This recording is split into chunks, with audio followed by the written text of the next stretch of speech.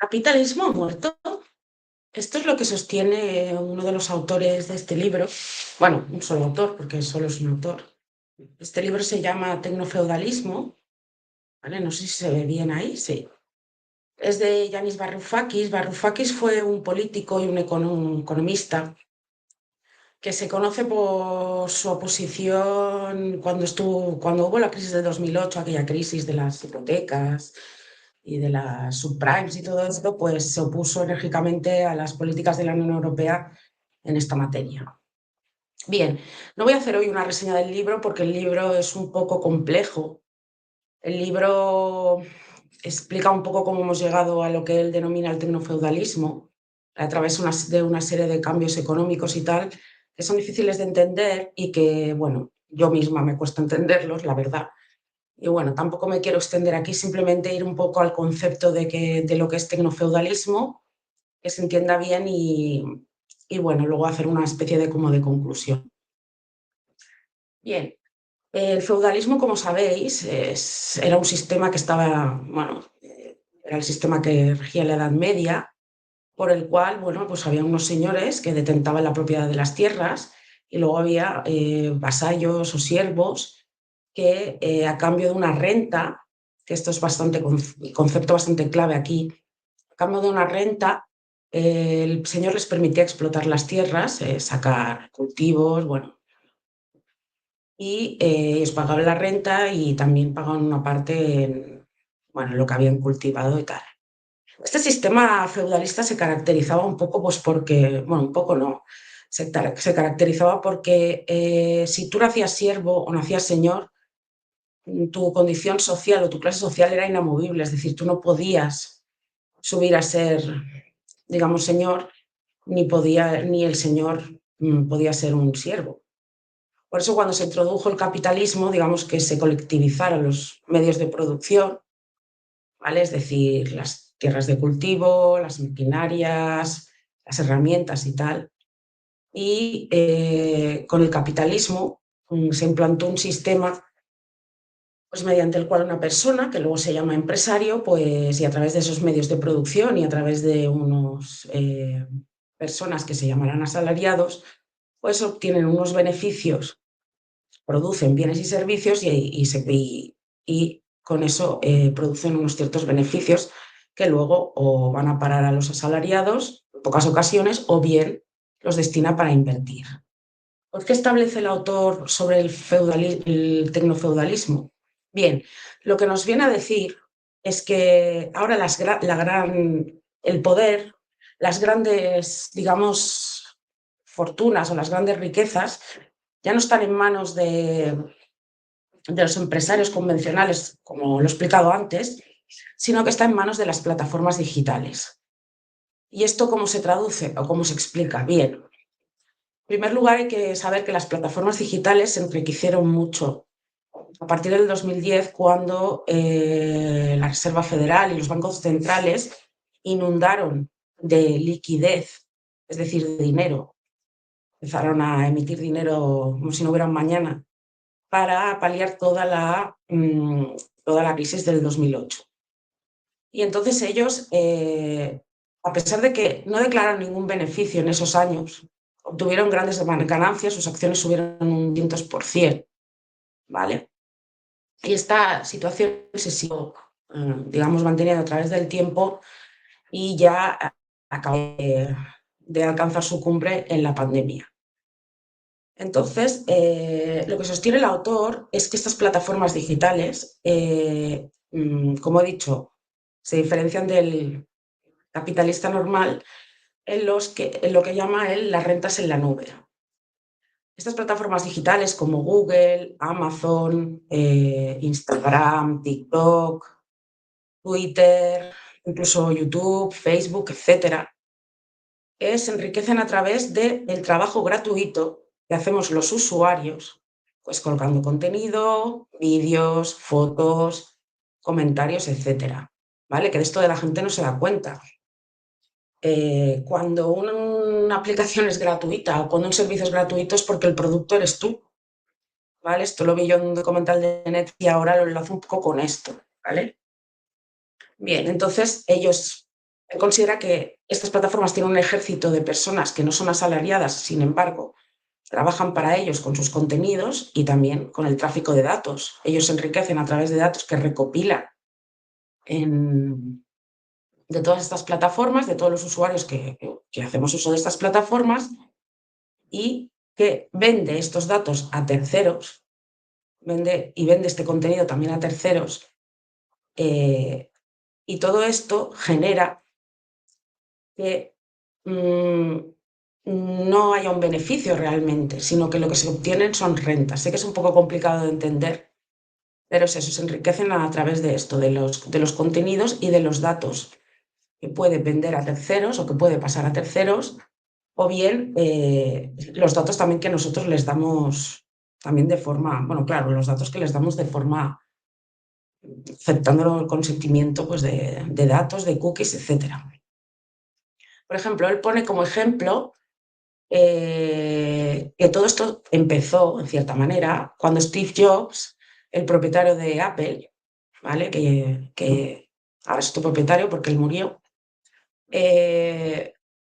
a través de la aplicación de Apple Store, permitió que informáticos externos creasen aplicaciones externas y las pudiesen vender a través de Apple Store, y él cobraba una renta por cada aplicación que se exhibía en el Apple Store, ¿vale?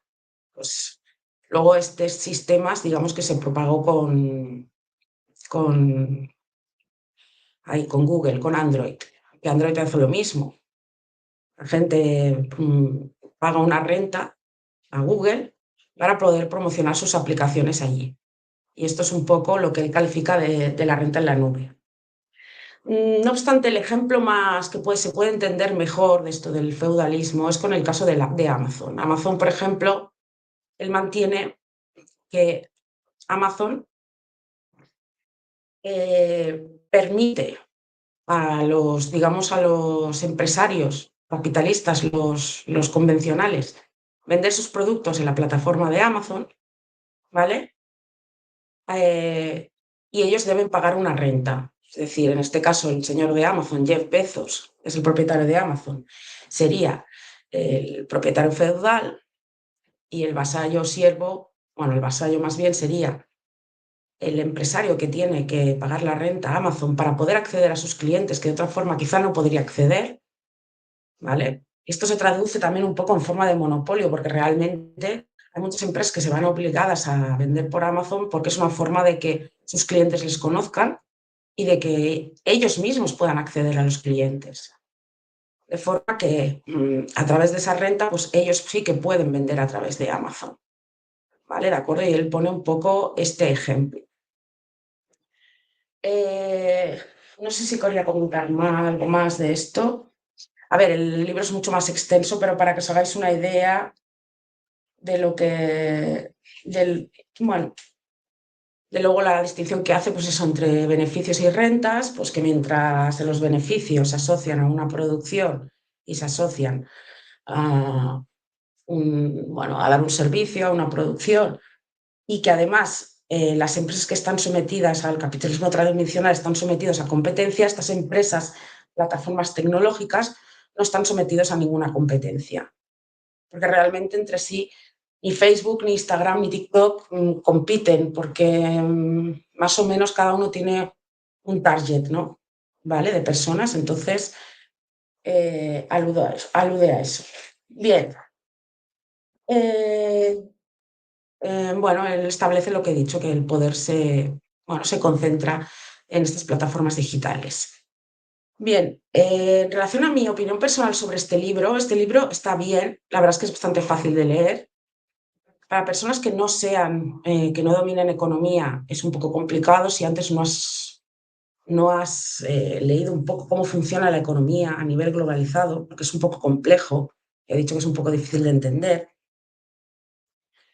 Eh, Yo creo que sí que vamos a un feudalismo, pero no un tecnofeudalismo, sino un feudalismo a secas. ¿Por qué? Ya no tiene que ver únicamente con este tema de las plataformas digitales, sino que la cosa va mucho más allá. Somos esclavos del sistema, de un sistema que está globalizado, de un sistema en el que si pasa algo en otro país nos afecta a nosotros, ¿vale? Si pasa algo en Estados Unidos, es como un dominó, vamos todos detrás, ¿no? Entonces sí que eso es cierto. ¿Y cómo creo yo que se está dando este feudalismo más allá de las tecnológicas? Pues a través de la deuda. A través de la deuda que los gobiernos han asumido, ¿vale? Emitiendo indiscriminadamente bonos de deuda. ¿Quién los compra los bonos de deuda? Pues los compra pues, los bancos centrales, bueno, fondos buitres, como puede ser el caso de BlackRock, Vanguard, no sé, State Street, ¿vale? Son fondos de inversión gigantescos que tienen unas ganancias que superan cualquier PIB de cualquier país, ¿vale? Y que a cambio de comprar bonos te exigen una serie de cosas. Por ejemplo, los bancos centrales, todas estas empresas te exigen que si te compro bonos para que puedas seguir manteniendo tu país y para que no puedas seguir emitiendo deuda pública y financiar todo el gasto que estás realizando en tu país, pero yo te lo compro, pero a cambio pues te pido, por ejemplo, que implantes la Agenda 2030, ¿vale? O sea, la Agenda 2030 se aplica principalmente a través de sobreendeudar o endeudar a los países. O sea, yo te compro el bono, pero tú aplicas la Agenda 2030, ¿vale? Por otro lado, los impuestos. Los impuestos también que están relacionados con la deuda. Te van subiendo los impuestos para poder pagar la deuda, que cada vez es más grande porque se va haciendo una bola gigante, ¿vale? De hecho, Estados Unidos, por ejemplo, si miráis los presupuestos, la primera partida es para pagar la deuda. Tiene una tan grande que la primera partida es pagar la propia deuda. Luego ya la segunda o tercera ya va todo el tema del armamento militar y tal. Pero aún así, siendo gigantesco todo el tema militar en Estados Unidos, la deuda lo supera. Por lo tanto, hay como una especie de círculo vicioso en donde tienen que emitir más bonos para que les compren más deuda, para seguir financiando la deuda que ya tienen, y es como un sistema bastante perverso y demoníaco, ¿vale? Y como decía, a través de los impuestos. A los ciudadanos nos suben los impuestos para poder financiar toda esta deuda gigantesca y para poder seguir manteniendo el gasto público, que a su vez se mantiene gracias a la emisión de más deuda, con lo cual somos esclavos. De hecho, tenemos una deuda en España que no solo nos esclaviza a nosotros, sino nos esclavizará a las próximas generaciones hasta que se pueda pagar esa deuda, si es que se paga. Pero esto es a nivel global. O sea, Japón también está muy endeudada, Estados Unidos, como he dicho, también, toda la Unión Europea también tiene deudas gigantescas, con lo cual, eso más la introducción pues, de los dogmas de la Agenda 2030, y a su vez también nos esclavizan, porque la Agenda 2030, por ejemplo, pues te obliga a adoptar una serie de medidas regulatorias sobre, por ejemplo, lo que yo llamo la estafa climática, que también te generan más impuestos, porque te tienes que adaptar a esa economía verde, ¿vale? En detrimento pues, de la producción, por ejemplo, lo que está pasando en Alemania. La descarbonización de Alemania pues, ha hecho que muchas empresas cerraran, con la consecuente despido de personas, etcétera, etcétera, etcétera, por la descarbonización, ¿vale? En pro de unas energías que no están desarrolladas. Esto yo creo que ya lo comenté en el vídeo de la AfD de Alemania, en pro de unas energías que están muy bien porque son energías limpias, supuestamente, pero no están suficientemente desarrolladas como para suplantar todas las energías que se derivan de hidrocarburos, como puede ser el carbón o puede ser el gas. Entonces, la Agenda 2030, pues como digo, también hace que se generen más impuestos, con lo cual los ciudadanos cada vez somos más esclavos de esto. También nos esclavizan a través de la inflación. Claro, aquí ya hay que entrar un poco en cómo funciona, cómo se crea el dinero. Realmente yo he estado estudiando este tema, es un tema para mí muy complejo, yo no soy economista. Voy a explicar un poco de forma muy breve cómo se crea el dinero. El dinero hasta el año 1940 y algo estaba respaldado por el sistema patrón oro, que se llamaba. Es decir, tú en tus reservas tenías oro que digamos que respaldaban tu moneda, ¿no?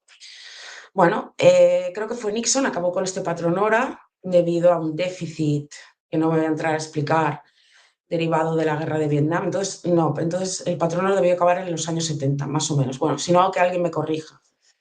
El caso es que al cambio de paradigma monetario hizo que se creara dinero de la nada. Es decir, cuando tú necesitas dinero, le das a la maquinita, pim, pim, pim, y sale dinero, ¿vale? Y estas inundaciones de liquidez que nos hacen de vez en cuando, tanto por la Reserva Federal, que es el que emite el dinero en Estados Unidos, el dólar, los bancos centrales, pues toda esta liquidez de dinero que hace que el dinero pierda, o sea, el billete pierda valor, es lo que hace que haya un comportamiento inflacionario luego en la economía. Es decir, ¿por qué suben los precios? Porque hay una liquidez excesiva, donde la moneda pierde valor, los precios suben y también eso mm, es un impuesto invisible que también nos esclaviza por culpa del manejo o el sistema monetario tal y como existe ahora mismo. Y eso también repercute en los tipos de interés. ¿Por qué los tipos de interés han estado tan altos? Porque la inflación estaba descontrolada. Ahora parece que la inflación está un poco más controlada y han podido empezar a bajar tipos. Pero tú no puedes bajar tipos si la inflación no la tienes controlada.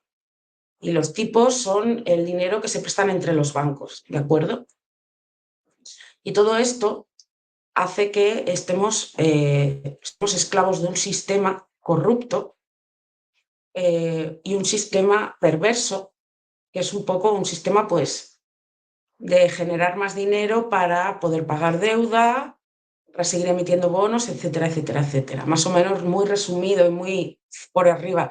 Si alguien ve alguna incongruencia que me corrija, más o menos es así. Pues de esto también somos esclavos. ¿De qué más somos esclavos?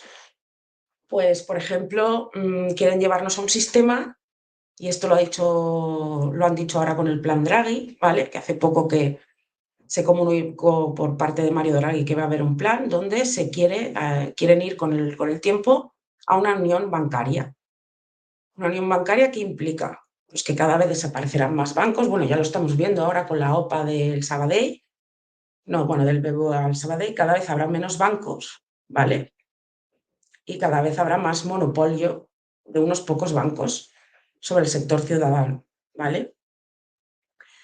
Y con todo esto también quieren aumentar las comisiones. Claro, tú al no poder acudir a otros bancos, pues vas a tener ahí un problema. Pero todo esto lo hacen no solo por esto, sino por algo mucho más grave. Cuando todo este sistema de deuda infinita, ilimitada, que se expande sin más, digamos, quiebre o explote, eso es lo que dicen los expertos, tienen tienen un sustituto, un reemplazo preparado, un sustituto preparado, que es aún peor de lo que ya tenemos ahora, que son las CBDCs, lo que se llaman las monedas del Banco Central, emitidas del Banco Central.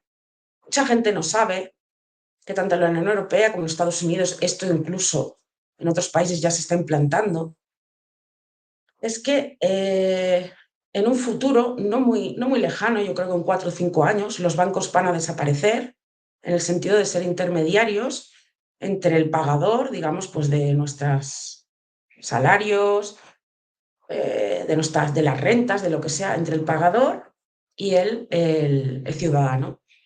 De forma que a través de nuestras ID wallets, es decir, los monederos estos que quieren implantar también en la Unión Europea, tendremos una cuenta asignada donde el Banco Central de turno, que será en nuestro caso el Banco Central Europeo, emitirá dinero, irá directamente a nuestras wallets, ¿vale? Digitales.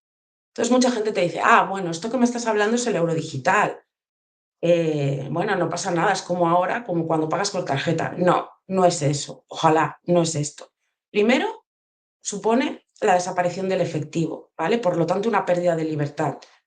Porque tú ahora con el efectivo sacas dinero, puedes comprar lo que quieras y lo puedes hacer de forma anónima. Sí que es verdad que tendríamos la parte de que mucha economía sumergida afloraría, cierto, pero también es verdad que ya se las sí, bueno, que ya se las apañarían para hacerlo de otra forma, porque también existe el mundo cripto, donde se supone que el sistema de blockchain te permite el anonimato. Entonces ya se las apañarían para poder hacer negocios en negro de forma que no pasara por este sistema, ¿vale? Entonces, ¿qué pasaría? Como he dicho, el dinero iría directamente del Banco Central a nuestras billeteras electrónicas, ¿vale? Y en el reglamento que se está tramando o se está intentando regular en la Unión Europea, nos dice que ese dinero será programable. Y aquí está el kit de la cuestión. Esto es importante. ¿Qué quiere decir que el dinero es programable? Quiere decir que si tú vas a un banco de los pocos que queden a pedir un crédito, te van a decir, yo te puedo dar un crédito, pero el Banco Central, que es el que te va a ingresar el dinero, te obliga a gastarlo en 3 meses. Es decir, es un dinero que puede caducar. ¿Por qué? Porque a lo mejor en ese momento les interesa que la gente consuma. Entonces lo vas a tener que gastar en 3 meses. Luego otro peligro que entraña, por ejemplo, es el tema de dirigirte a comprar o consumir lo que a ellos les interese. ¿Y esto cómo se podría traducir? Pues como tendrán un control total de lo que tú consumes. No sé si habéis visto en las aplicaciones de bancos o cuando entráis en las webs a una pestañita que pone huella de carbono. Pues esto es esto lo que estoy explicando. O sea, cuando la moneda de Banco Central vaya directamente a tu billetera electrónica, te van a decir, eh, vas a ir al súper a pagar y te van a decir, no, tú no puedes hacer esta compra porque tú este mes, por ejemplo, hablo de un ejemplo, este mes ya has pagado, ya has comprado mucha carne, por ejemplo, por lo tanto, no estás cumpliendo con tu huella de carbono, con todo el tema climático y tal. Por lo tanto, tú no puedes comprar más carne ya hasta el mes que viene, por ejemplo. Por ejemplo. O, por ejemplo, también lo pueden hacer con el tema de transporte. Tú este mes has gastado mucha gasolina, por lo tanto, estás también traspasando la huella de carbono y entonces no te dejamos comprar gasolina, tienes que tener un medio de transporte alternativo. Eso también pasa los coches eléctricos. Coches eléctricos están programados para detenerse cuando el programador de turno, el sistema, digamos, el sistema en la nube que se haya programado, también puede apagar el, el coche eléctrico, por ejemplo, en lo que se llaman, por ejemplo, las ciudades de 15 minutos. Si tú no puedes salir de un radio de acción, pues, o consideran que tú no puedes ir a determinado sitio, por ejemplo, a determinado país, porque consideran que ese país no cumple con las normas climáticas o que es una dictadura, tal, pero todo es sujeto a su ideología. Pues entonces te pueden parar el coche. Todo esto sé que suena muy a chino, pero, con perdón, o sea, que suena muy a distópico, pero puede pasar. Todo esto puede pasar y de hecho lo de las CBDC se están implantando ya y no tardarán en implantarlas. Otra cosa que te pueden hacer es decir, usted no puede comprar más billetes de avión porque ya tiene una huella de carbono que ha excedido. Eso está muy relacionado también con la huella de carbono. O también que pueden aplicar un tipo de interés negativo, es decir, cuando los tipos estén bajos, pues ahora no han remunerado los tipos altos, pero también te pueden aplicar un tipo de interés negativo porque quieran desincentivar el ahorro, por ejemplo. Quieren que la gente consuma. Igual que he dicho antes, te doy un crédito, pero me lo tienes que consumir en 3 meses o me lo tienes que consumir en esta serie de productos que yo te digo que has de consumir, también pueden hacer que tu dinero, te voy a aplicar un interés negativo para que o bien lo inviertas en los productos que yo te digo, los productos financieros, o bien lo gastes, o bien este dinero tiene que ir redirigido aquí.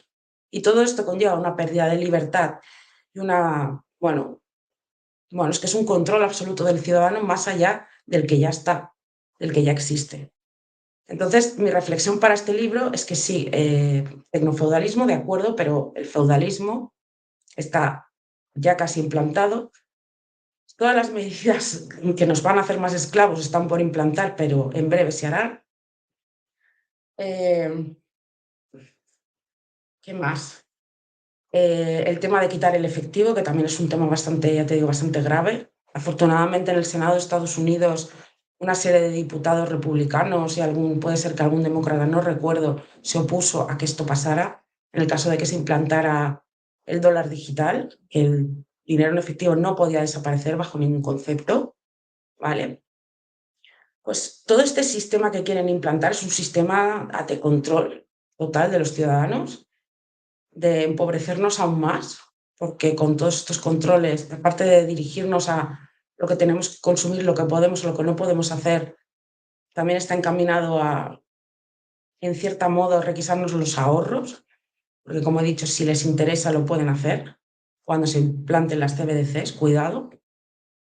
Y bueno, todo esto para mí ya nos hace esclavos. Quizá no es un feudalismo propiamente dicho, pero nos hace esclavos del sistema y cada vez vamos a más. Y bueno, quería decir esto porque me parecía más importante que el concepto que Yanis Varoufakis hace en el libro.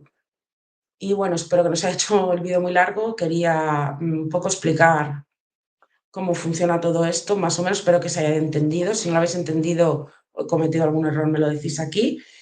Y bueno, también, si queréis saber más, tenéis que mirar un poco cómo se crea el dinero y cómo funciona todo el sistema económico financiero, que es bastante complejo, pero más o menos entendiendo un poco te haces una idea de cómo va el tema, ¿vale? Y cómo estamos en manos de, bueno, de gente corrupta a más no poder. Vale, pues nada, espero que os haya gustado el vídeo y bueno, estoy preparando otro vídeo sobre este caso España, sobre la ley de vivienda, sobre los periplos que tiene que pasar un propietario para poder echar a su inquiocupa de su propia vivienda. Y bueno, loco, espero colgarlo en breve. Y nada, pues espero que os haya gustado. Si ya sabéis, si os ha gustado, dadle manita arriba y suscribiros si os ha gustado el contenido o si os gustan mis anteriores contenidos. Nos vemos en el siguiente vídeo. Adiós.